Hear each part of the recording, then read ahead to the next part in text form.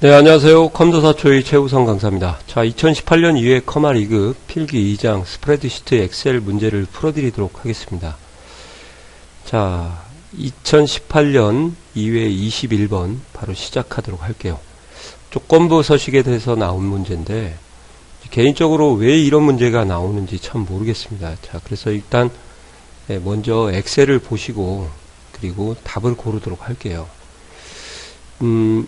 제 개인적인 생각은 중요한 거를 좀 시험 문제를 내던지 하셔야 되는데 가끔 출제자들이 보면 쓸데없는 문제를 내는 것 같습니다.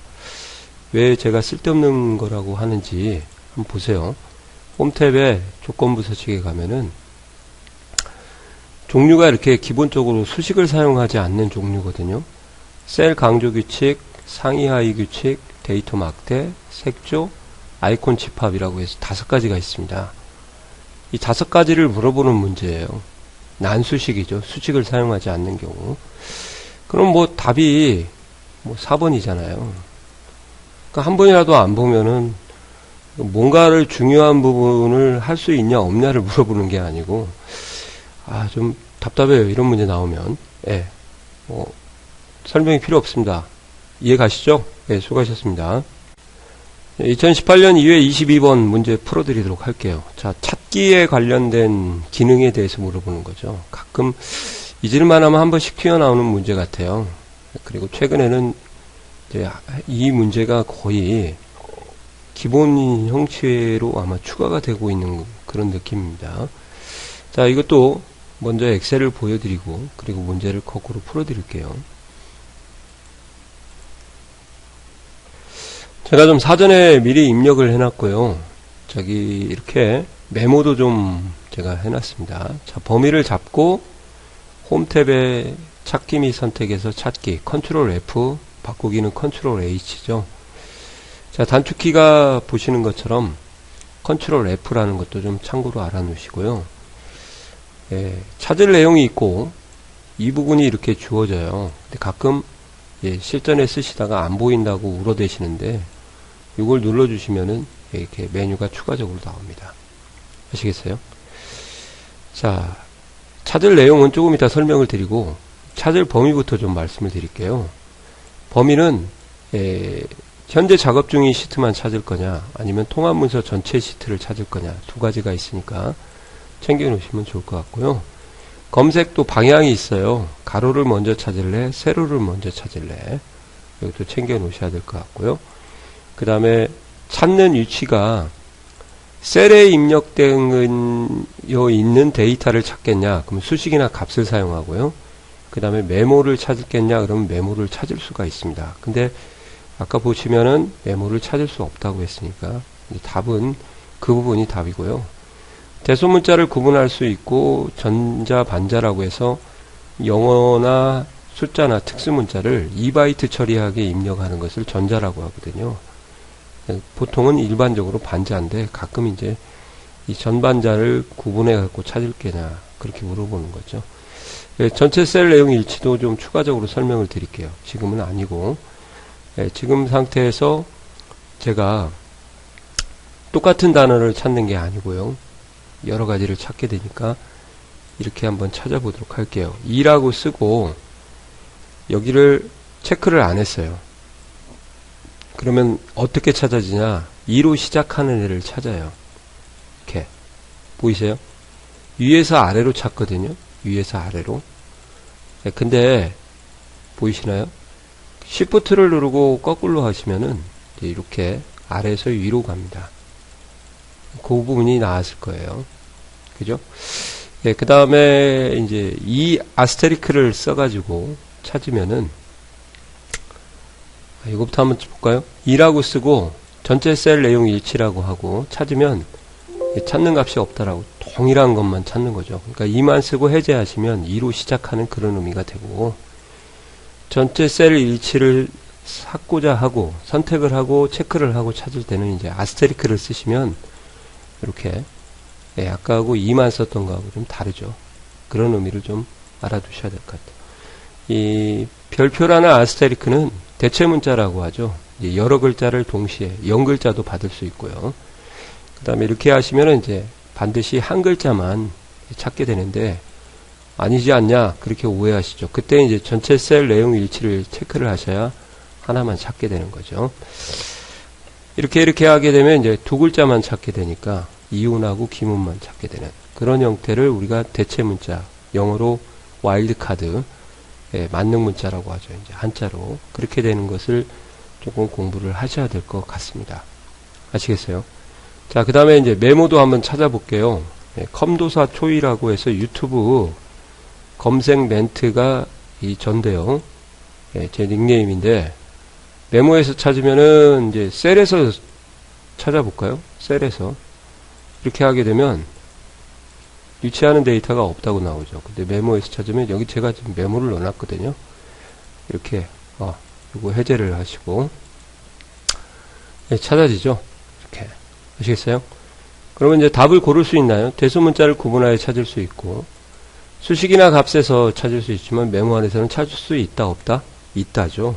답이 이제 2번이 됐다는 걸 아실 것 같고, Shift를 누르고 다음 찾기를 하게 되면 역으로 아래에서 위로 찾게 되거나 아니면 오른쪽에서 왼쪽으로 찾게 되는 거니까 이전 항목을 찾는다, 그런 의미라고 생각하시면 되겠고요.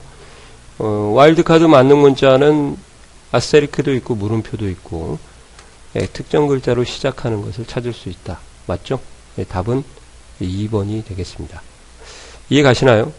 예, 수고하셨습니다. 자, 23번 풀어드리도록 할게요. 데이터 편집에 대한 설명으로 옳지 않은 것은, 자, 편집이라는 것은 뭐 너무 다양하기 때문에, 일단은 1번이 조금 생소한 보기가 나와서, 조금 어려우실 것 같아요. 그래서 1번은 조금 이따 실습을 보여드리고요. 셀 블록을 설정한 다음에 딜리트 키를 누르게 되면 내용만 지워지는 거죠. 서식이나 메모는 안 지워집니다. 그리고 저희가 이제 클립보드가, 일반적인 클립보드가 있는데, 윈도우즈의 클립보드하고 엑셀의 클립보드는 좀 달라요. 오피스 클립보드하고. 윈도우즈 운영체제에서는 일반적으로 하나의 데이터만 저장하는 건 맞는데요. 근데 이제 엑셀 오피스 클립보드는 추가로 저장을 할 수가 있습니다. 그래서 이전의 데이터가 사라지는 게 아니라 남아있죠. 답은 3번이 되겠네요. 그죠? 그 다음에 행렬 전환을 해서 바꿔서 붙여넣기 할 수 있다. 그런 것들을 한번 보시면 될 것 같아요. 그래서 한번 보여드리도록 할게요. 엑셀로. 미리 좀 입력을 해놨고요. 자, 제가 여기다 데이터를 여러 셀에다가 셀 블록을 잡고 데이터를 입력한 후에 컨트롤 엔터를 치게 되면 여러 셀에 동시에 데이터를 입력을 하거든요. 그때 딜리트를 누르면 내용만 지워지고요. 커서가 깜빡깜빡거릴 때 컨트롤 엔터, 여러 셀에 동시에 데이터를 입력하는 거다. 자, 이 상태에서 이제 홈 탭에 가서 삭제 셀을 하게 되면 어떻게 되는가 한번 보세요. 이제 하나만 잡고 한번 해볼게요. 딜리트를 누르면 내용만 지워지는 건데, 셀 삭제를 하게 되면 이제 워크시트 상에서 셀을 삭제하는 거예요. 셀 자체를 삭제하니까 얘가 물어봐요.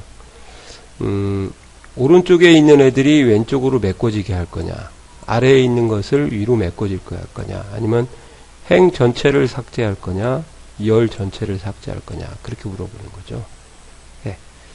그래서 이제 요 열이나 행도 전체를 삭제할 수 있지만, 개개의 셀도 삭제를 할 수가 있어요. 왼쪽으로 밀게 한번 해보도록 할게요. 이렇게 하면 밀려진 거 보이세요? 이렇게 하게 되면 또 위로도 밀어지겠죠? 한 번만 더 보여드릴게요. 이렇게요.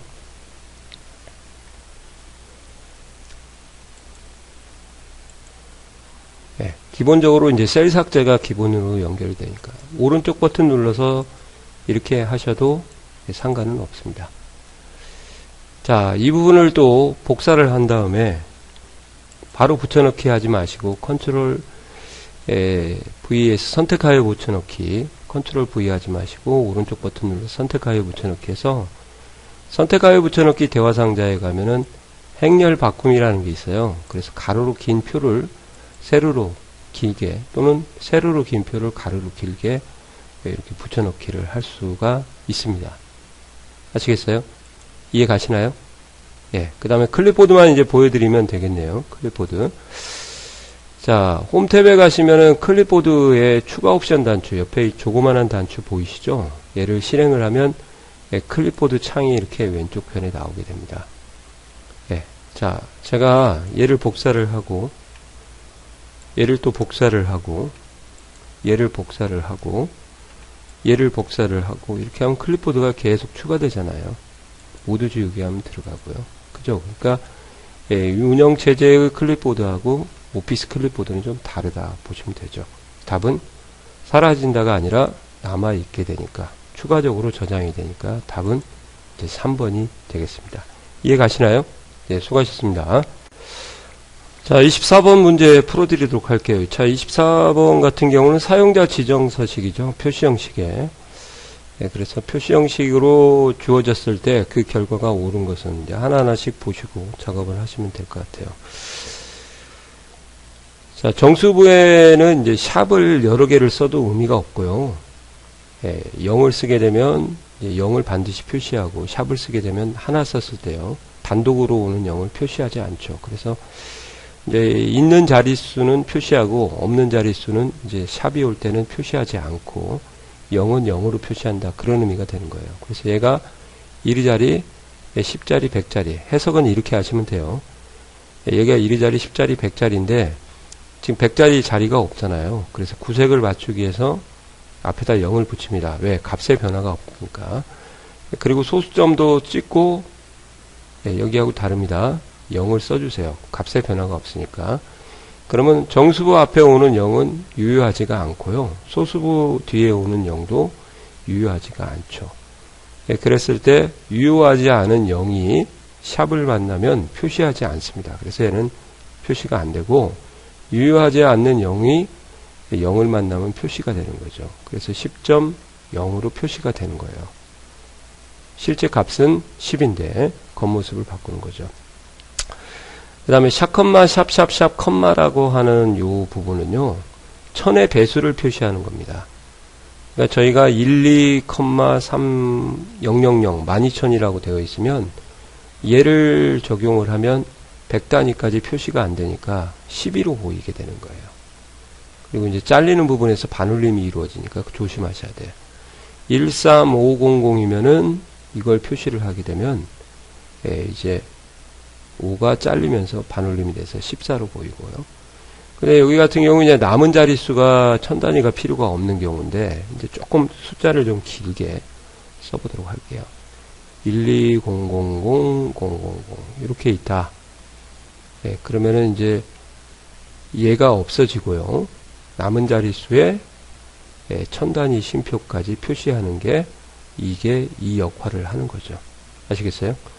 1000단위 쉼표 표시하고 1000의 배수를 표시한다, 그렇게 얘기를 합니다. 그리고 이제 문자하고 결합을 하니까 뒤에다가 1000원이라고 친절하게 결합을 시키면 되겠네요. 자, 그러면 이제 한번 보도록 할게요. 없어지죠. 남은 자릿수에서 반올림 처리가 되니까 잘리는 부분에서 2,124가 되겠네요. 0.5가 안 나오죠. 아시겠어요? 네, 그래서 틀렸습니다. 답은 2번. 자, 문자 데이터에 문자를 결합할 때는 골뱅이를 쓰고, 뒤에다가 골뱅이의 역할이 앞에 문자를 그대로 한번 더 써주는 역할을 하거든요. 그래서 홍길동 귀하라고 나옵니다. 문자에 문자를 결합할 때는 골뱅이를 쓴다, 그렇게 이해하시면 되고, 123.1이 0.01이라고 되어 있으니까요. 이제 여기에서 1, 2, 3이 오해는 하지 마셔야 될 것 같아요. 1자리니까 3만 나오고 1, 2는 없어져야 되지 않냐, 그런 것은 없습니다. 아시겠어요? 1000의 배수는 있지만, 그래서 정수부에 0이 오거나 샵이 올 때는 유효하지 않은 0만, 단독으로 오는 것도 유효하지 않은 0입니다.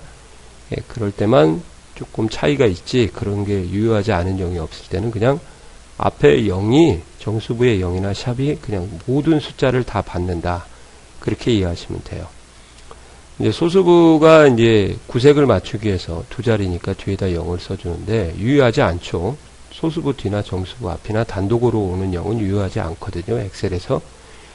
그 유효하지 않은 0이 0을 만났으니까 0으로 표시하니까 123.10이 나오겠죠. 답은 2번이 되겠습니다. 이해 가시나요? 예, 수고하셨습니다. 네, 25번 문제 풀어드리도록 하겠습니다. 자, 25번 문제의 키포인트는 매크로를 실행하는 방법을 물어봤는데, 일단 여러 가지가 있어요. 매크로를 실행하는 방법은. 한번 보여드릴 건데, 안 되는 거 두 가지가 있습니다. 안 되는 거.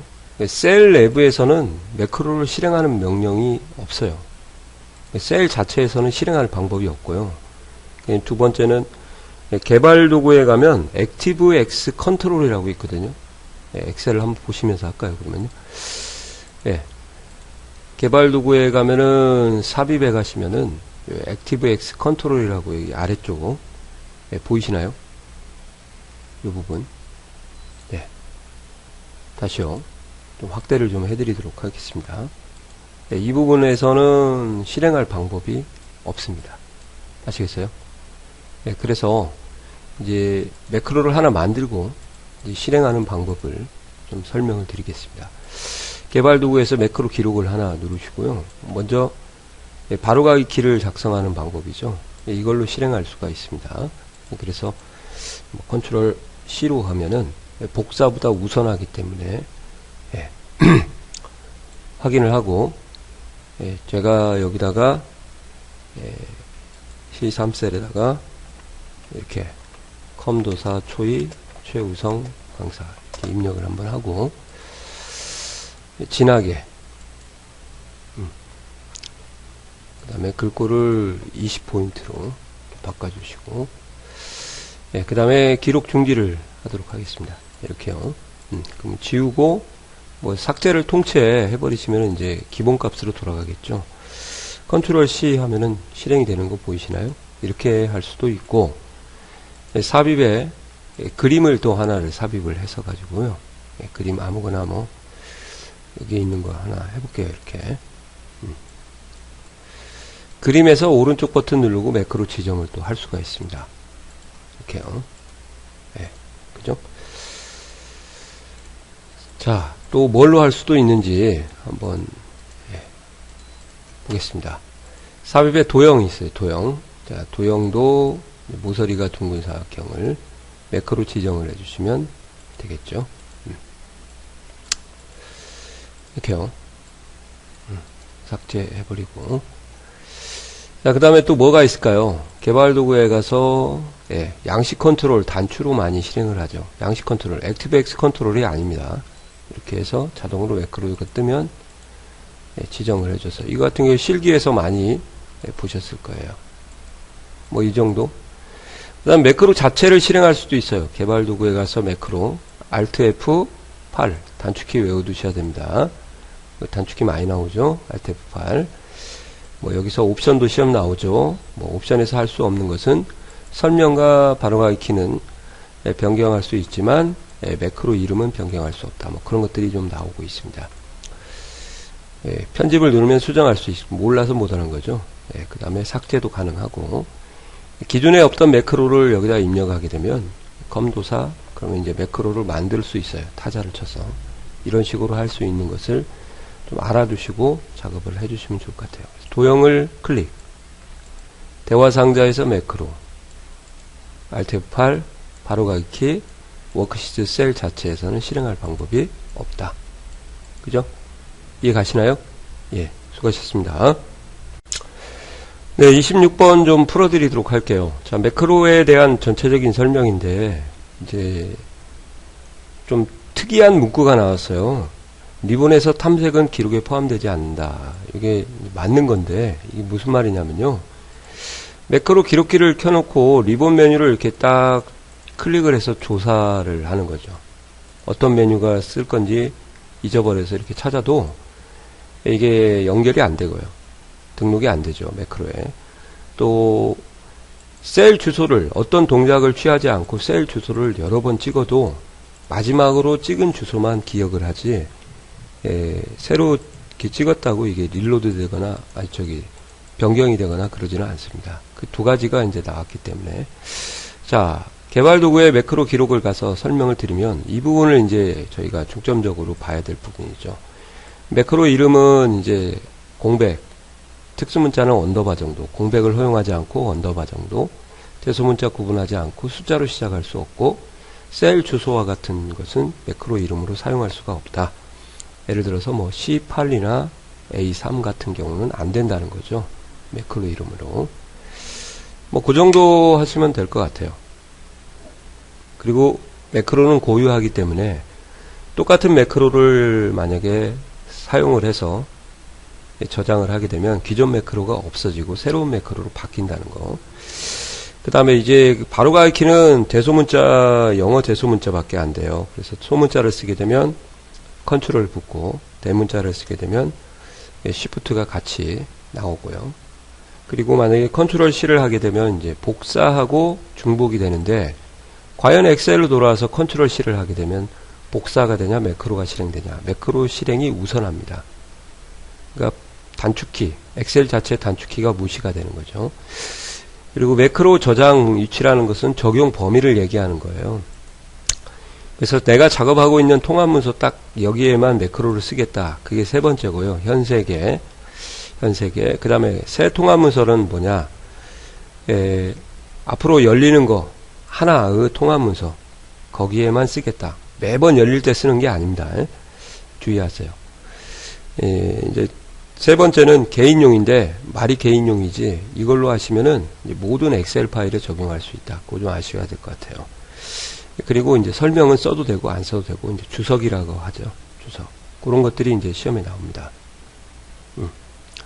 자, 제가 한번 이제 매크로 3이라고 등록을 하고요. 저장 안 하겠습니다. 바로 이렇게 한번. 제가 이렇게 했으면 이제 기록이 되냐 안 되냐를 한번 Alt F11로 보여주면은 아무 기록이 안 되죠. 지금 아시겠어요? 이렇게 최우성 강사라고 이렇게 딱 치시면 이제 B4셀에 새로운 데이터를 최우성 강사라고 입력을 했구나. 이렇게 돌아가는 거죠. 그리고 B5가 Select 선택이 됐는데 마찬가지로 이렇게 딴 데를 찍으면은 이제 B5가 바뀌지는 않습니다. 예, 그냥 B5로 고정된 게 아니고 추가되는 게 아니고요. 제가 말을 좀 표현을 잘못한 것 같아요. 그러니까 셀 주소를 찍어도 그 셀 주소가 다른 주소로 대체 처리가 되는 거죠. 기록이 남아있지 않는다 그 말이죠. 그런 부분을 좀 공부를 하셔야 될 것 같아요. 그래서 공백이나 마침표를 포함하여 대소문자를 구분하지 않으며 이름을 설정할 수 있다. 답은 1번이네요. 공백이나 띄어쓰기나 마침표 특수문자는 언더바밖에 안 된다고 했으니까 틀렸죠. 컨트롤 조합키를 영어 대소문자하고 시프트가 나오고 소문자는 그냥 컨트롤 나오는데 엑셀의 바로가기 키를 무시한다. 이 말은 엑셀 바로가기 키보다 우선한다. 그 말하고 똑같고요. 모든 단계가 매크로 레코더에 기록이 되는데 나중에 실력이 이제 일취월장으로 성장을 하시면 이걸 타자를 칠 수도 있습니다만 리본에서 탐색은 기록이 되지 않는다. 맞고요. 엑셀을 사용할 때 매크로를 사용할 수 있게 하려면 매크로 기록 시 모든 엑셀 파일에 매크로를 사용할 수 있겠다. 그 말이거든요. 개인용 통합 매크로, 개인용 매크로 통합 문서로 맞죠? 답은 1번이 되겠습니다. 이해 가시나요? 네, 수고하셨습니다. 네, 27번 풀어드리도록 할게요. 자, 27번 같은 경우는 이제 수식에 대한 오류인데 이거 하나하나를 다 알고 있으시면 참 좋은데 수식에 대한 오류가 잘 안 외워져요. 그래서 이제 대표적인 것만 좀 오류가 여러 개 있는 것들 중에서 가장 큰 오류만 먼저 설명을 하나씩 드려볼게요. 밸류 디비전 네임 오류 REF 그렇게 한번 드려보도록 하겠습니다. 밸류는 가장 간단하게 발생할 수 있는 것은 산술 연산자의 문자를 더하는 거죠. 이게 계산이 가능한가요? 불가능하죠. 그죠? 그때 밸류가 나옵니다. 즉 숫자를 요구할 곳에 문자나 그런 데이터를 입력을 하게 되면 에러가 나죠. 물론 셀 주소로 입력하셔도 에러가 나죠. 이해 가시죠?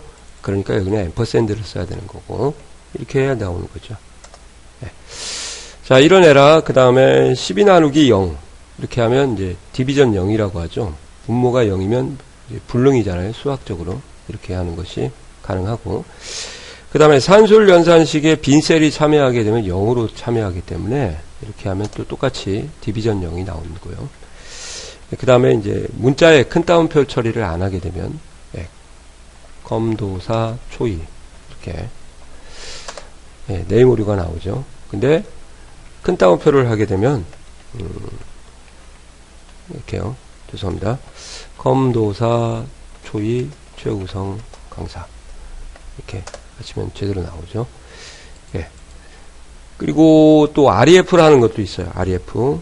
자, 1, 2, 3 이걸 더할 겁니다. 1 더하기 2 더하기 3인데 자, 보시는 것처럼 제가 얘를 삭제를 해버렸어요. 삭제. 셀 삭제죠. 예. 왼쪽으로 밀기. 이렇게 되는 거죠.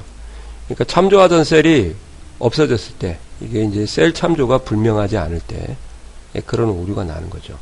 그러니까 여기서는 이제 이렇게 보시면, 잘못된 인수나 피연산자를 사용했을 때, 이렇게 맞는 것 같기도 하고 좀 애매하죠. 끝까지 읽어볼게요.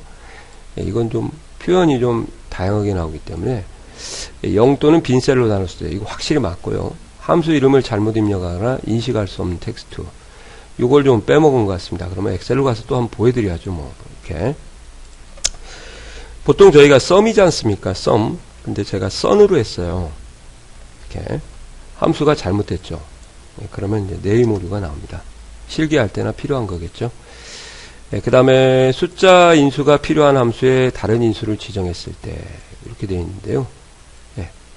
숫자 인수가 필요한 함수에 다른 인수를 지정했을 때 요거는 아무리 봐도 제가 봐도 요거하고는 절대 관련이 없는 거예요. 셀 참조가 유효하지 않을 때, 즉 셀 주소가 지워졌을 때거든요. 답은 4번이 되겠습니다. 가장 옳지 않은 거죠. 또 좀 표현력이 좀 애매하긴 합니다. 그리고 이제 오류가 한 2개 정도가 3개인가요? 3개 정도가 더 있을 거예요. 숫자가 길어가지고 이건 오류도 아닌데 셀 너비를 초과할 때 이제 샵으로 변하는 거, 그것도 일종의 오류라고 책에서 나왔기 때문에 해드린 거고, 그 다음에 이제 순위를 구하는데요. 12, 36, 60, 40 이렇게 해서 순위를 구할 거예요. 랭크 순위를 77을 구할 겁니다. 77, 54 어디서? 여기서요. 그 다음에 큰 수가 1등 큰형 이렇게 해서 54가 있어요, 없어요? 없죠.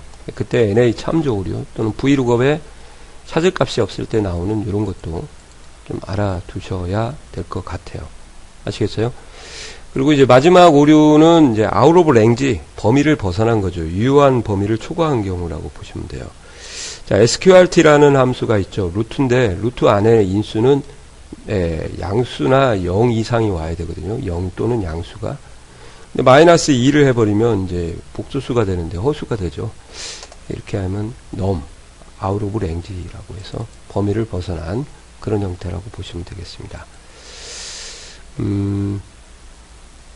그러니까 요것도 좀 애매하기는 합니다만, 요게 더 확실하게 애매한 것 같아요.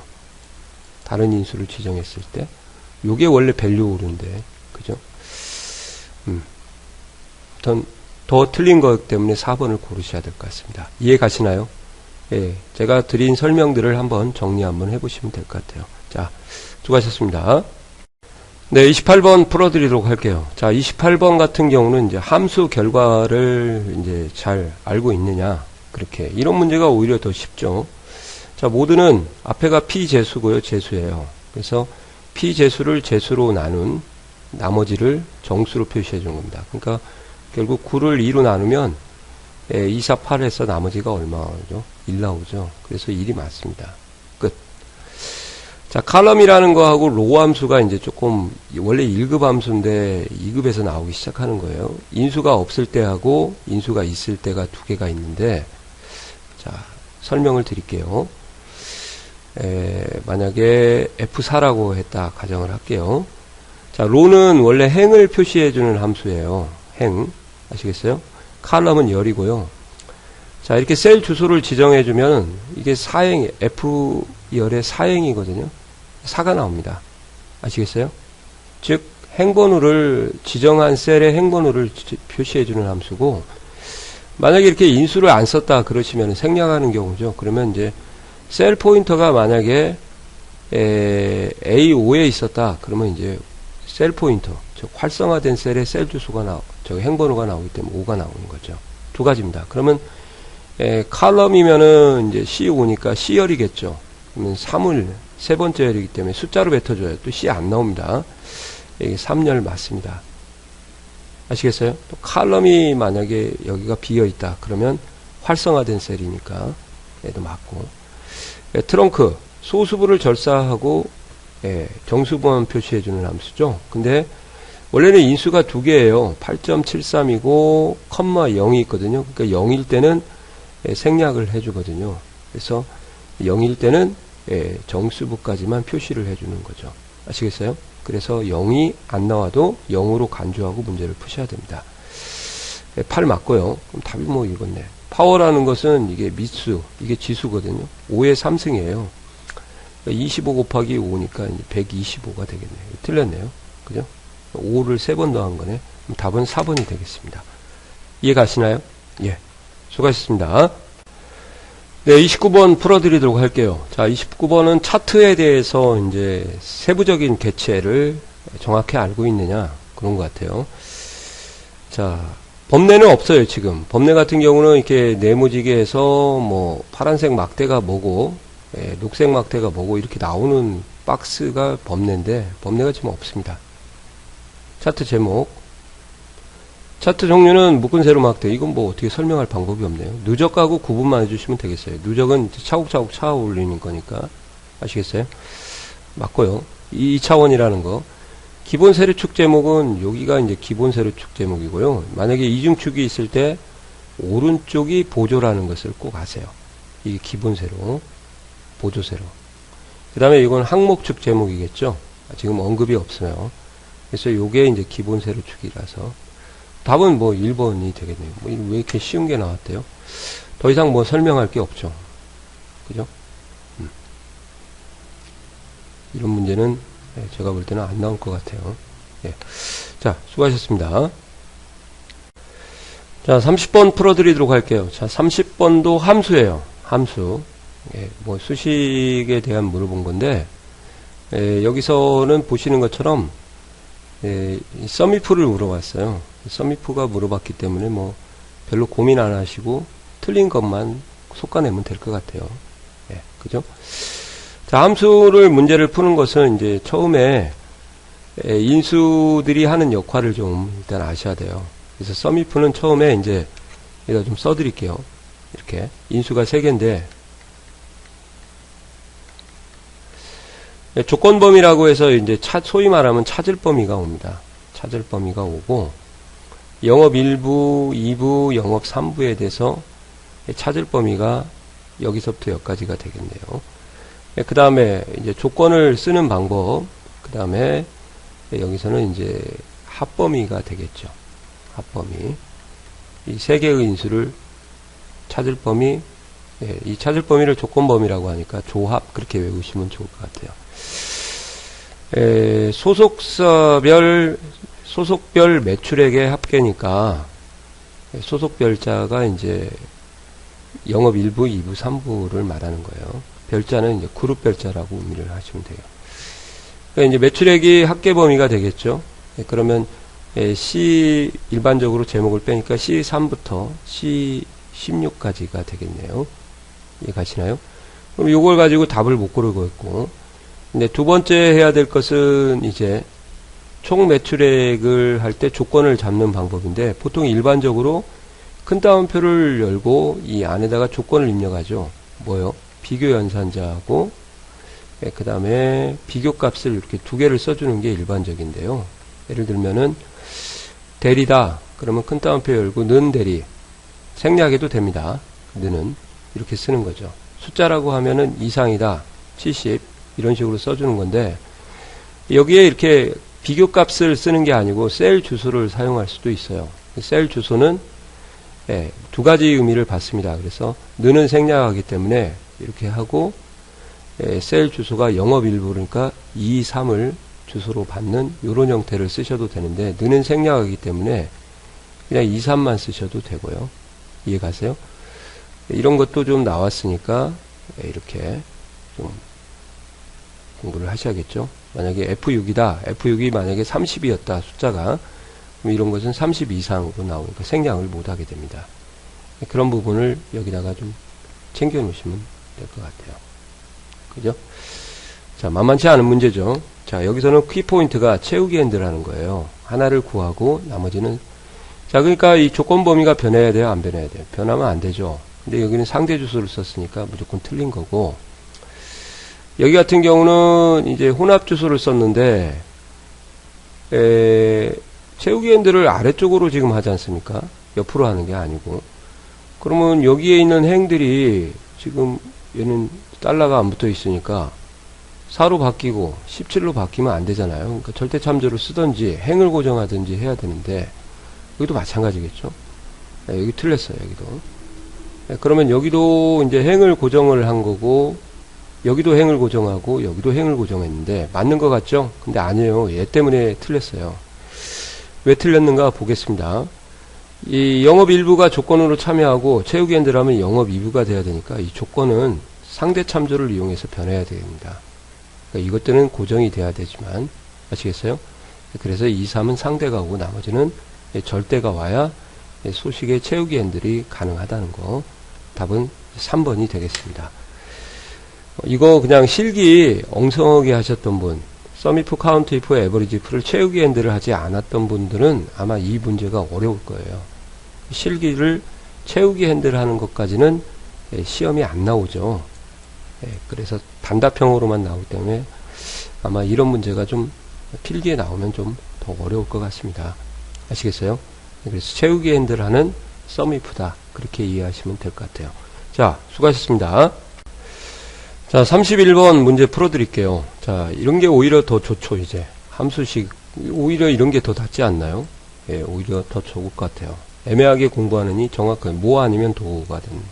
근데 좀 함정이 있어서 조심하셔야 될 것 같아요. 이 과거의 기출문제로 나왔기 때문에, 크게 뭐, 기억을 하신다고 하시면, 예. 자, 일단, 썸, 그 다음에 이제 에버리지, 그 다음에 맥스하고 민, 요 대표적인 이제 기본 함수고요. 카운트라는 함수도 대표적인 기본 함수죠. COUNT입니다. n을 빼먹어서. 그 다음에 COUNTA라는 함수가 또 있죠.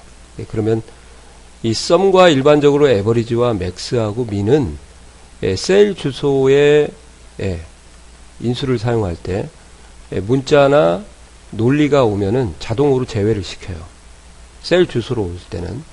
근데 이렇게 값으로 직접 넣어줄 때는 조심해야 될 게요.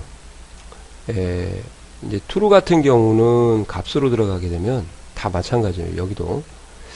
이렇게 1로 참여를 하게 됩니다. 1로. false는 0이고요. 아시겠어요? false는 0으로 참여하고 true는 1로 참여하게 됩니다. 근데 이제 count라는 함수는 이제 그렇게 할 필요가 없어요. 왜? 어차피 얘는 숫자만 세니까 true가 오더라도 참여를 못하게 되는데 셀 주소가 왔을 때 이렇게 왔을 때는 이런 식으로 계산을 하셔야 된다. 그 말이에요. 그리고 count A는 더욱더 제가 볼 때는 의미가 없죠. 왜 그러냐면 얘는 논리도 세기 때문에 문자도 세고요. 그래서 여기 보시면은 이제 결과를 숫자만 세는데 하나, 둘, 숫자화된 문자는 또 못 세게 됩니다. 아시겠어요? 그래서 여기는 2가 돼요. 1로 참여하기 때문에. count A는 문자 숫자를 다 세기 때문에 하나, 둘, 옳은 겁니다. 셋, 넷. 그래서 이제 4가 나오죠. 자, 맥스. 맥스는 true 값이 오게 되면은 1로 참여하고, 여기서는 이제 맥스 정도는 또 썸하고 에버리지하고 맥스미는 또 공통점이 하나가 있는 게 숫자화된 문자가 오게 되면 문자화된 숫자가 오게 되면 그냥 이것을 스스로 이제 문자를 숫자로 바꿀 수 있는 능력이 있습니다. 썸과 에버리지와 그 다음에 맥스하고 민요. 약간 차이가 미묘하게 좀 있어요. 공통점도 있고 차이가 카운트라는 함수하고 카운트 A야 어차피. 그래서 10이 나온 거 맞고요. 그 다음에 마이너스 2를 쓰게 되면 이제 1의 자리가 0, 10자리가 마이너스 1, 100자리가 마이너스 2예요. 100자리까지 표시하라 그 말이거든요. 그래서 10의 자리에서 반올림이 되냐 안 되냐 그걸 판단을 하셔야 될 것 같아요. 100자리까지 표시하라 그 말입니다. 1의 자리가 0, 10자리가 마이너스 1, 100자리가 마이너스 1000자리가 마이너스 3, 소수점 첫째 자리가 1, 둘째 자리가 2, 셋째 자리가 3의 위치번호를 기억을 좀 해주시면 좋죠. 그래서 반올림이 안 되니까 200이 나올 것 같아요. 아시겠어요? 1에서 반올림이 안 되니까 소수분은 다 떨어버리고요. 그러면 얘도 틀렸죠. 답은 뭐 이제 3번 정도가 되겠습니다. 그러니까 이제 값으로 참여할 때 하고 셀 주소로 참여할 때를 이제 조금 차이를 두시고 공부를 하시면 될 것 같아요. 다시 한번 정리를 해드리면 이 5개의 함수는 일단 논리를 좀 중점적으로 보셔야 될 게 true를 이렇게 써주게 되면 1로 참여하고 false를 써주게 되면 이제 0으로 참여한다는 것을 좀 주의 깊게 보셔야 될 것 같습니다. 직접 값으로 참여할 때요. 아시겠어요? A야 뭐 어차피 문자를 받으니까 이렇게 되어 있는 것을 좀 아시고 그 다음에 이제 요 4개의 함수는 공통점이 이런 문자화된 숫자를 스스로 문자로 처리를 할 수 있다는 것을 알아두셔야 될 것 같아요. 얘는 숫자만 세니까 좀 헷갈리기는 합니다만 한번 어차피 틀린 건데 한번 복사를 해서 엑셀에 가서 한번 붙여보도록 할게요.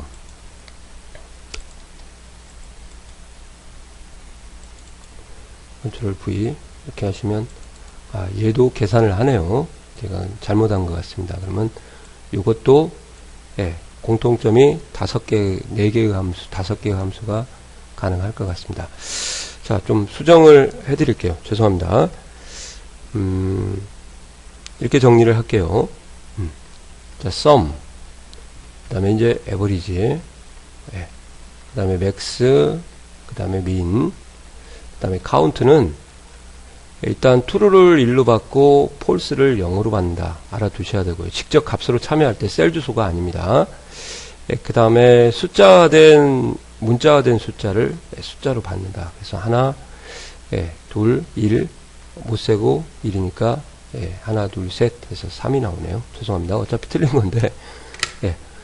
자, 이걸 좀 챙겨두시기 바랍니다. 왜 이런 문제가 나오나. 여하튼 과거에 기출문제도 나왔었으니까 이 정도로 마무리를 하겠습니다. 자, 수고하셨습니다. 죄송합니다. 자, 32번 풀어드리도록 할게요. 자, 32번은 이제 워크시트에 대한 사용법이에요. 이런 문제는 잘 나오지가 않죠. 최근에는. 옛날에는 그래도 출제율이 좀 높았었는데, 자, 워크시트에서 워크시트를 이동하는 단축키가 있어요. 그 단축키가 Shift가 아니고요. 컨트롤입니다. 컨트롤 페이지 다운을 하게 되면 시트가 오른쪽으로 이동하고 선택을 하게 되고 컨트롤 페이지 업이면 이제 왼쪽으로 가게 되는 거거든요. 여기가 업, 여기가 다운, 업 앤 다운 이렇게 하시는 것이 그래서 옳은 거니까 1번은 틀렸어요. 시트를 복사하려면 Shift 키를 누른 채가 아니라 만국 공통 컨트롤 키를 누른 채 끌기를 해서 드래그 앤 드롭 드래그 앤 드롭 한다. 영문이라서 조금 여하튼 컨트롤입니다. 틀렸고요. 현재 워크시트에 새 워크시트를 삽입하려면은 이제 그 Shift F12를 R을 하는 게 아닙니다. 몰라도 문제를 풀 수 있어요. 그래서 모르겠다 하면 삼각형 치고 넘어가면 되죠. 그죠? 저는 아는데 4번이 틀렸어요. 4번도. 그럼 삼각형이 다 틀렸으니까 답이 되겠죠. 이 문제 푸는 요령. 시트를 연속해서 선택을 하려고 하면 시트 1을 선택을 하신 다음에 Shift를 누르시고 그리고 시트 3을 선택을 하잖아요. 그러면 2번도 자동으로 선택이 돼요. 이게 연속 선택입니다. 근데 인접하지 않는 비연속, 즉 시트 1과 시트 3만 선택하겠다. 그럴 때는 Shift 누르시면 안 되고 컨트롤 누르셔야 되거든요. 그러니까 얘도 틀렸어요. 그래서 한번 보여드리도록 하겠습니다. 자, 시트가 좀 없으니까 이렇게 해서 조금 이동하는 거 잘 보세요. 컨트롤 페이지 다운 이렇게요. Shift가 아닙니다. 업 그죠? 이렇게 자, 그 다음 복사는 컨트롤 누르고 끌기. 복사됐죠? Shift 누르고 끌면 안 돼요. 이해 가시죠? 예, 그런 부분을 챙겨두시면 될 것 같아요. Shift F11을 눌러보면은 이제 워크시트가 삽입이 됩니다. 진짜로. 한번 보세요. Shift F11. 보이세요? 네, 이렇게. 거기까지는 안 해보라고 하겠습니다. 이것은 이제 시트가 많을 때 나중에 엑셀을 빠르게 이동하려고 이런 단축키를 사용하시는 분도 많으니까 실무를 위해서라도 조금 챙겨 놓으시면 어떨까 하네요. 답은 3번이 맞습니다. 맞는 거예요. 네, 수고하셨습니다. 네, 33번 풀어드리도록 할게요. 자, 33번도 이제 자주 나오지 않는 문구가 나와가지고 좀 3번 문제가 좀 애매할 겁니다. 근데 이제 정확하게 알고 계시면은 나머지 문제들이 해결이 될 것 같아요. 예, 일단 먼저 읽어보고 한번 실습을 보여드릴게요. 차트에 표시되는 계열의 순서는 차트 생성 후에도 변경할 수가 있습니다. 계열 순서 바꾸는 거 한번 보여드리도록 할 거고요. 예, 셀 영역의 표시 형식을 변경하면 통화로 바꾸면 이제 이것도 통화로 바뀝니다. 예. 이거 이제 답은 3번이거든요. 예, 홈 편집의 지우기, 서식 지우기라는 게 좀 없어요. 원래는 이제 서식 지우기가 있는데 이 서식 지우기는 셀에서만 지원이 되는 거지 시트에서는 그런 지원하는 기능이 없거든요. 그래서 답이 이제 3번인데 모르더라도 이제 4번도 정확하게 맞아요. 셀 영역의 값을 변경하면 차트에 표시되는 값도 변경이 됩니다.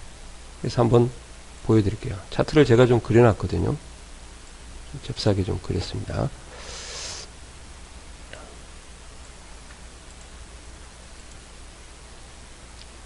설정이 잘 안되네요. 자, 계열 순서 한번 바꿔볼게요. 디자인에 가셔가지고 예, 데이터 선택에 가서 자, 국어가 먼저 나왔고 영어가 나왔죠. 이게 계열 순서 바꾸는 거거든요. 여기 화살표가 요거예요. 요거 아시겠어요? 이렇게 바뀌었죠? 바꿨고 그 다음에 여기에 값을 제가 바꿀 거예요. 예, 여기를 100으로 바꿔보겠습니다. 여기를 바꿔야 눈에 확 띌까요? 63점을 이렇게요. 바뀌죠? 그 다음에 이제 그럴 리는 없겠지만 점수라서 그냥 이제 테스트를 한번 해볼 거예요. 홈탭에 가서 제가 이걸 회계로 바꿔줬습니다. 통화 있는 회계로 이렇게 바뀌는 거죠. 아시겠어요? 다 맞는데 여기 홈탭에 가시면은 셀에는 지우기가 이렇게 살거든요. 서식만 지우는 게 맞아요. 근데 시트를 선택하고 홈탭에 가면 다 죽어버리기 때문에 내용 지우기가 안 나오는 거죠. 서식 지우기 자체가. 아시겠어요? 이렇게 되면은 시트를 지우는 건데 여하튼 애매한 것을 답으로 하시면 될 것 같아요. 이런 거 한 번도 안 들어봤어 설명해서. 그러면 이제 삼각형이 답이 되는 거고 정확하게 뭐가 틀렸는지 확실히 아시면 될 것 같습니다. 좀 생소한 문구가 나왔지만 그래도 문제를 푸는 데는 지장은 제가 볼 때는 없을 것 같아요. 자, 수고하셨습니다. 자, 34번 풀어드릴게요. 자, 근데 34번 풀기 전에 이제 조금 말씀드릴 게 있어요. 차트가 3문제가 나왔어요. 보통 2문제가 나오는데 요즘 비율이 정해져 있지 않은 것 같습니다. 많이 깨진 것 같아요. 이거 어떻게 설명을 드려야 될지 참. 자, 원형 차트에 대한 설명이죠. 원형 차트는 3차원이 있다는 거, 2차원도 있고요.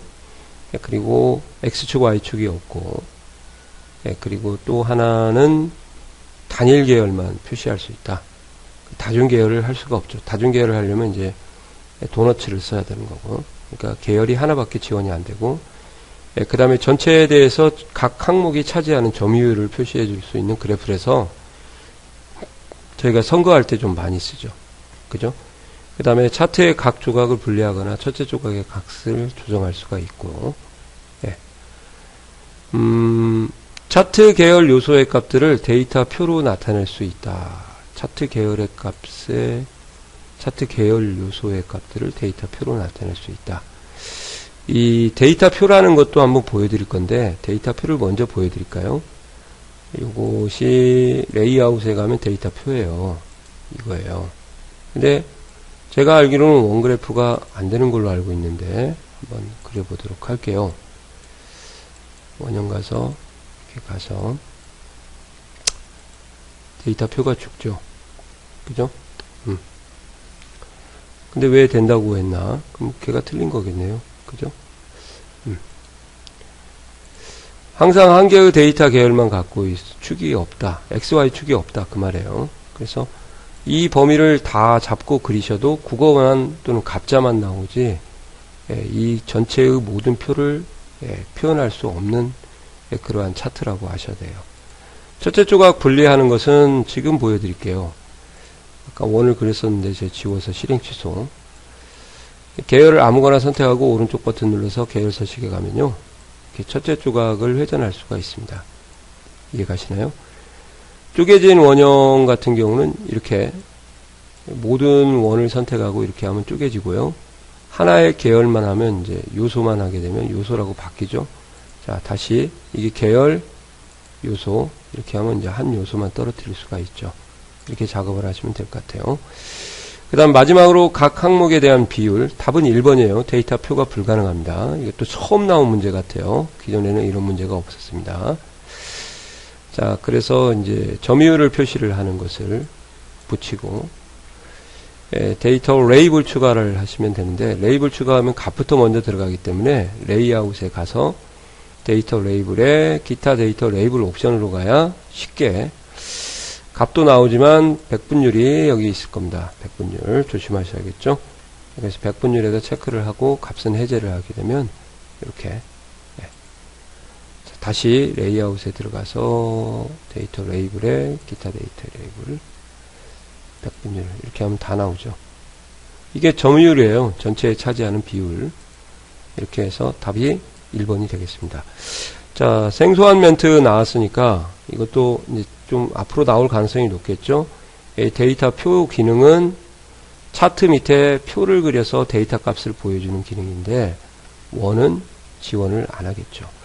그러면 요거까지 한번 해볼까요? 이왕 내친 김에. 자, 제가 이것을 도너츠로 한번 바꿔볼게요.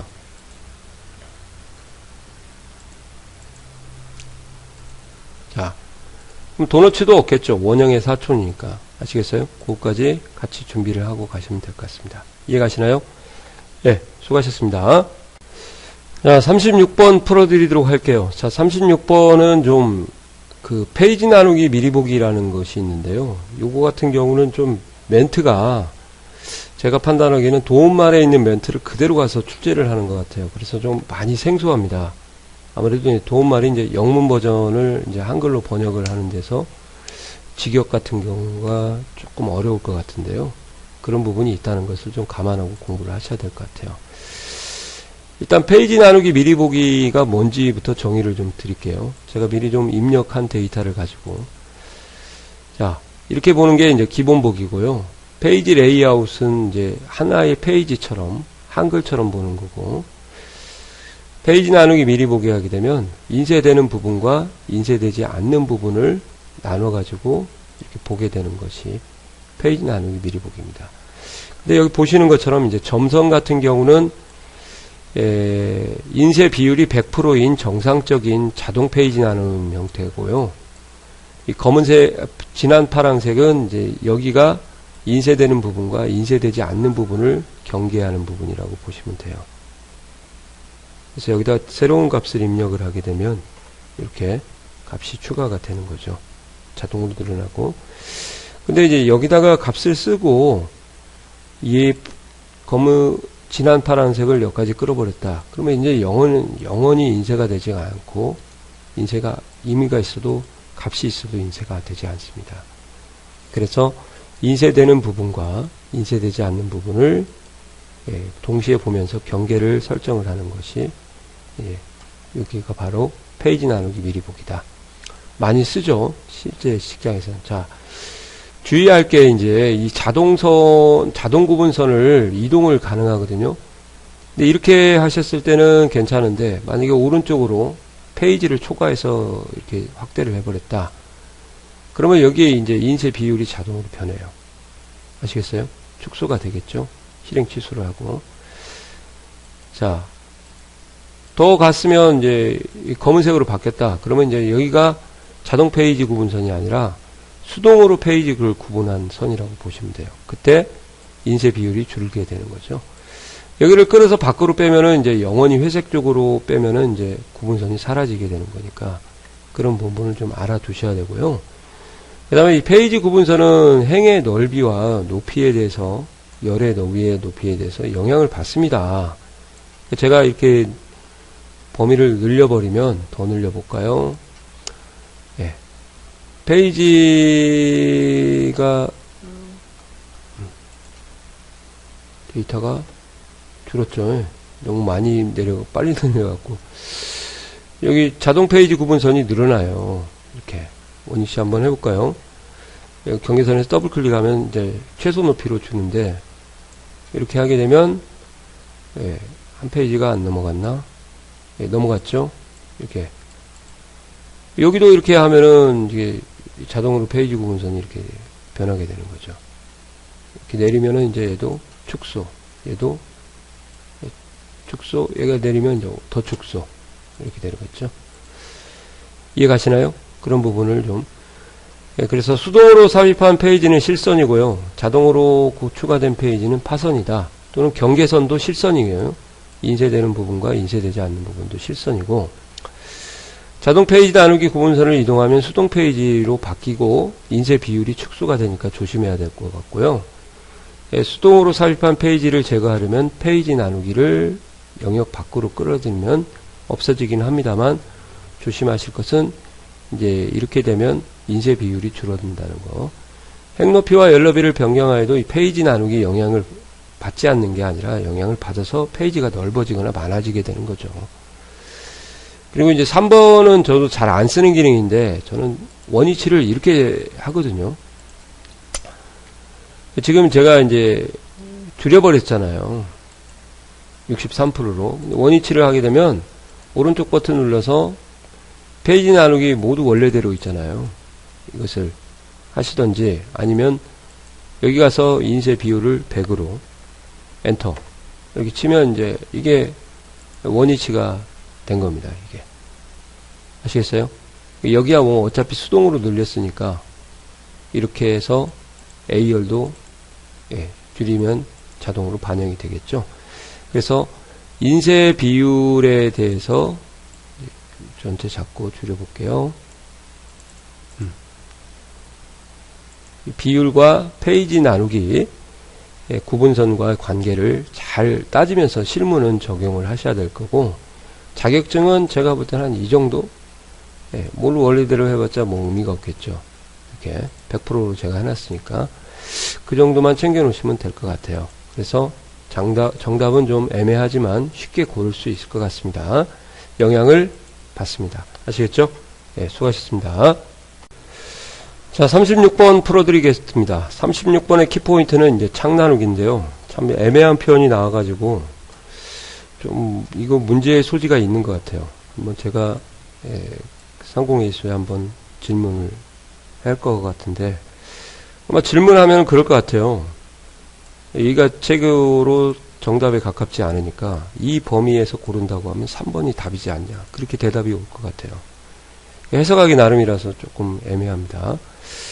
예, 최대 4개까지 맞습니다. 2개로 나눌 수도 있고요. 그 다음에 첫 행과 첫 열을 제외하고 왼쪽과 위쪽을 기준으로 한다. 이 말은 보통 4개로 나눌 때 저희가 창 나누기를 이렇게 좀 글씨를 써놨는데요. 셀을 선택한 셀에 왼쪽과 위쪽이 나눠지기 때문에 이 첫열과 일행 여기는 의미가 없다는 거죠. 왼쪽과 위쪽을 기준으로 나누니까. 그러니까 여기서 창 나누기 하면 무슨 의미가 있겠어요? 이렇게.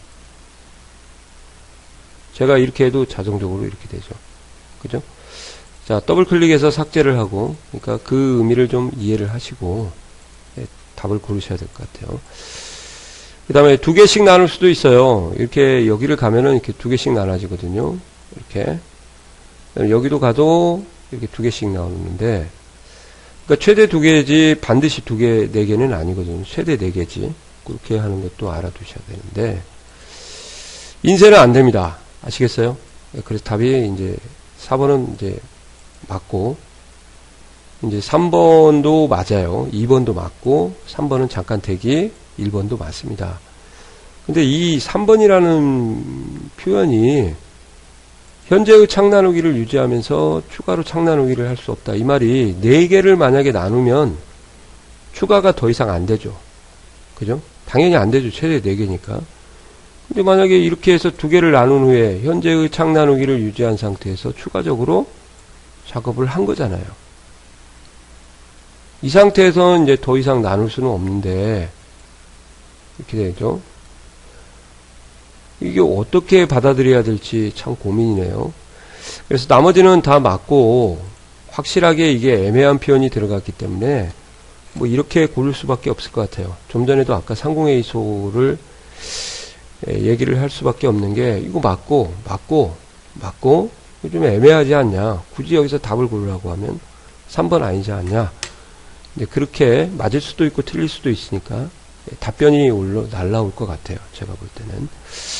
그래도 일단 한번 어필은 한번 해보겠습니다.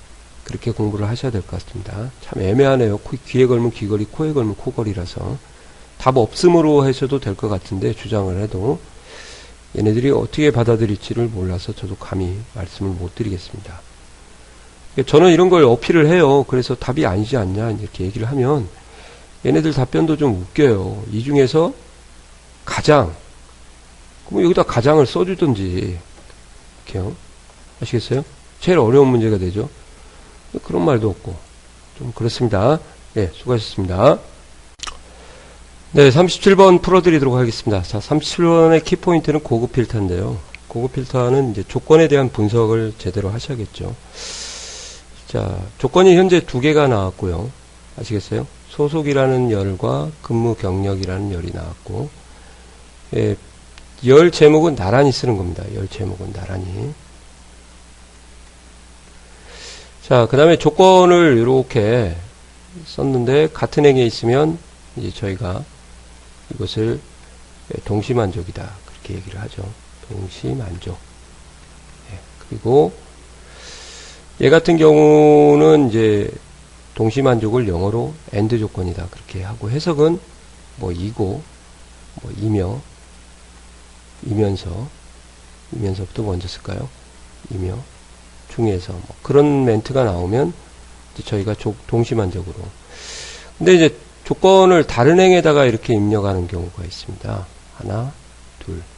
다른 행이면은 이제 이것이 이제 오어가 되는 거죠. 이거나 또는 그 멘트만 외우시면 돼요. 그래서 여기는 AND로 해석하시면 되거든요. 이것은 아니다, 제외하다 그 말이고요. 영업팀이 아니면서, 아니고, 아니며, 아닌 중에서 똑같은 말이죠. 30년 이상. 여기서는 이면서가 나왔으니까 틀렸고, 아니거나가 틀렸고, 이거나 틀렸으니까 답이 1번밖에 없네요. 이건 좀 비교적 좀 쉬운 조건부 서식이 나온 것 같습니다. 이해가시나요? 네, 수고하셨습니다. 자, 38번 시나리오에 대한 얘기를 좀 해야 되겠네요. 저희가 이제 필기시험을 볼 때요. 필기시험을 볼 때, 실기는 상관이 없어요. 왜 시나리오 하라고 하면 되니까요. 그 기능에 대한 정의를 좀 잘 아셔야 되거든요. 그렇게 해야 답이 보여요. 그래서 일단 답은 4번이에요. 끼리끼리 그룹별로 모아서 그 함수를 이용해서 서머리 요약을 해주는 기능은 2가지가 있습니다. 정렬을 하면 이제 부분합이 되는 거고요. 그 다음에 정렬을 하지 않고 하면은 이제 피벗 테이블이 되는 거거든요. 예, 그리고 테이블이 여러 개로 분리가 되어 있으면 이제 통합을 쓰는데, 이 기능은 2개밖에 없어요. 그룹별로 분류를 하고 거기에 대한 서머리를, 통합도 뭐 여러 개의 떨어진 데이터를 쓴다고 하시면 통합도 들어가는데, 아무튼 그룹을 분류한 후에 그룹별로 끼리끼리 모이게 한 후에 또는 그룹별로 함수를 이용해서 서머리 요약을 보여주는 것은 이 2가지 기능이지, 이것은 이제 시나리오하고 관련이 없는 기능이에요. 답은 일단 4번을 고를 정도는 구분을 하셔야 된다. 이렇게 말씀을 드리겠고, 이제 정의를 조금 내드리면, A3셀에 이제 3이 들어가 있어요. 값이죠, 값. 그 다음에 B3셀에도 값이 있어요. 7이 있어요. 그 다음에 C3셀은 수식을 쓸 겁니다. 이걸 더해가지고 10이라는 게 나왔어요. 그러면 결국 A3 플러스 B3이 되겠죠. 그랬을 때 이제 잘 보세요. 이 값의 변화를 줬을 때 그 수식 결과를 예측하자. 아시겠어요? 그게 두 가지 기능이 있어요. 하나는 시나리오하고 하나는 데이터 표가 두 가지가 있습니다. 아시겠어요? 반대로 수식의 결과를 대해서 변경을 해줬을 때, 변동을 줬을 때 값의 변화를 예측하자. 이렇게 되어 있는 거죠. 그게 바로 이제 목표값 찾기가 되는 거예요. 아시겠어요? 일단 이걸 정확하게 이해를 하셔야 되고요. 두 번째, 그러면 시나리오에서는 이 값들을 몇 개까지 또는 수식을 몇 개까지 최대 변경할 수 있냐? 32개하고 32개. 값 32, 수식 32입니다. 데이터표 같은 경우는 최대 값둘, 수식 하나. 이렇게 2대1이죠. 그래서 최대 32개까지 외우셔야 되고, 32에다 곱하기 2 하면 64라는 게 나오는데, 64는 이제 정렬할 때 동일한 값이 있을 때 정렬의 차순을 최대 64까지, 64차순까지 정렬을 할 수가 있다. 그것까지 외워두셔야 될 것 같아요. 그 다음에 요약 보고서나 실기에서는 안 나오는 거죠. 피벗 테이블 보고서를 시나리오 결과로 작성할 수 있고요. 그 다음에 병합을 통하여 다른 문서나 다른 워크시트에 저장된 시나리오를 가져올 수 있습니다. 이것도 되기는 됩니다만 이제 필기용으로 나오지 실기는 이런 문제가 안 나와서 좀 생소할 겁니다. 도움말에 나온 기능이고 굳이 여기까지는 실습을 제가 볼 때는 안 해봐도 되고 정확하게 부분합에 대한 피벗 테이블에 대한 명칭과 용도를 아셨으면 답을 4번으로 고르는 데는 크게 어려움이 없을 것 같고요. 앞에 했던 강좌들 기출문제 풀이를 보시면서 시나리오를 다시 한번 정리를 해보시는 것도 좋을 것 같아요. 이해 가셨나요? 자, 수고하셨습니다. 자, 39번 풀어드리도록 하겠습니다. 39번은 피벗 테이블인데요. 자, 피벗 테이블에서는 이제 과거부터 출제된 많은 문장들이 두 가지가 있습니다. 필기에서. 첫째 알아야 될 것은, 자, 피벗 차트를 작성할 때, 차트가 단독으로 만들어지는 게 아닙니다. 항상 피벗 테이블과 같이 만들어진다. 그것을 꼭 알아두셔야 돼요. 이 멘트가 시험에 많이 나와요. 그래서 피벗 차트를 작성하면 단독으로 피벗 차트만 작성이 가능하다. 아시겠어요? X죠. 그 다음에 두 번째는 여기 나왔어요. 피벗 차트를 작성한 후에 피벗 테이블을 삭제하면 피벗 차트가 자동으로 삭제가 되는 게 아니라 일반 차트로 바뀝니다. 알겠어요? 그러니까 답은 여기는 2번이에요. 그리고 이제 원본이 변경되면 유일하게 피벗 테이블의 안 좋은 점이 자동으로 반영이 안 돼요.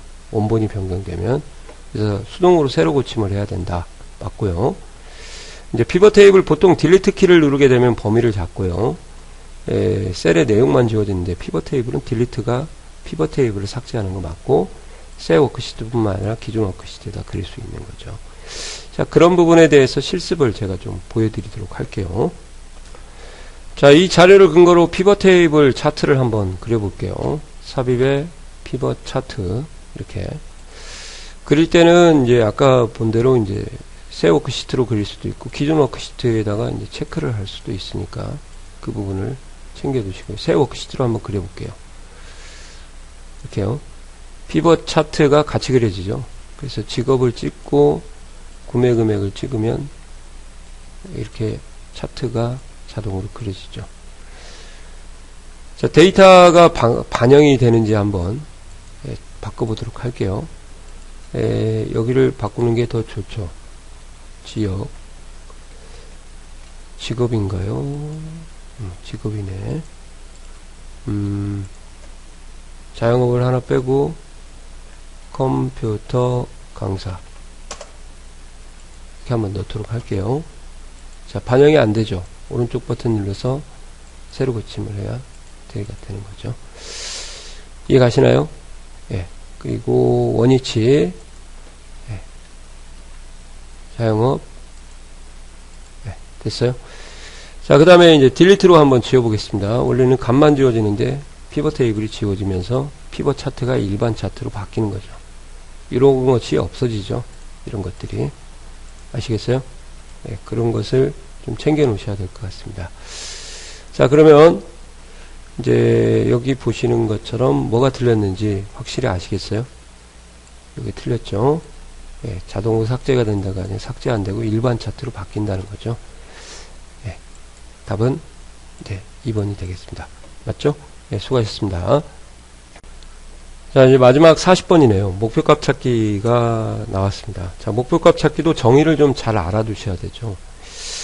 그래서 여기 보시면 이제 컴퓨터 판매량하고 프린터 판매량, 캠코더의 판매량은 이건 값이에요. 값. 그리고 평균은 당연히 이제 수식이겠죠. 뭐 일반 수식을 쓰든지 뭐 썸 에버리지를 쓰든지 뭐. 자, 이게 뭐냐면 이 목표값 찾기는 수식에 어떠한 변동을 줬어요. 어떤 변동이냐? 지금 평균이 60인데 65라는 변동을 줬습니다. 그럴 때 참여하는 값의 변화를 요걸 예측하자. 이게 목표값 찾기예요. 그럼 반대로 값의 변화를 줬어요. 제가 컴퓨터의 값을 변화를 줬어요. 그러면 이 수식이 어떻게 변해요 하고 수식을 예측하는 것이 시나리오하고 데이터 표예요. 아시겠어요?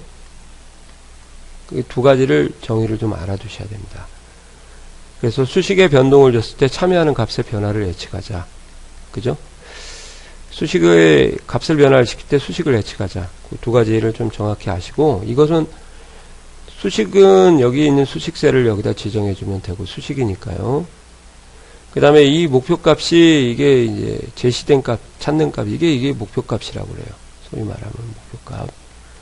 그러니까 현재 60인데 새로운 값이 65가 되는 거고, 타겟이라고 하죠. 이제 B3셀을 컴퓨터가 어떻게 바뀌어야 되는가 예측하자. 뭐 예측하기에는 3개가 예측이 가능한데, 예측은 목표값 찾기에서는 하나밖에 안 되거든요. 그래서 평균이 65가 될 때 컴퓨터 판매량이 얼마가 되는가 예측하는 게 1번이 정답이고요. 2번은 판매량이 65가 아니에요. 값이 60인데 뭐 평균이 65가 되려면 이것도 비슷한 것 같은데 여기에 틀렸죠. 프린터의 판매량이 아니라 컴퓨터의 판매량이 타겟이 된 건가 틀렸고 판매량이 65 이건 무조건 틀렸으니까 답이 1번이 되겠습니다. 이해 가시나요? 예, 수고하셨습니다.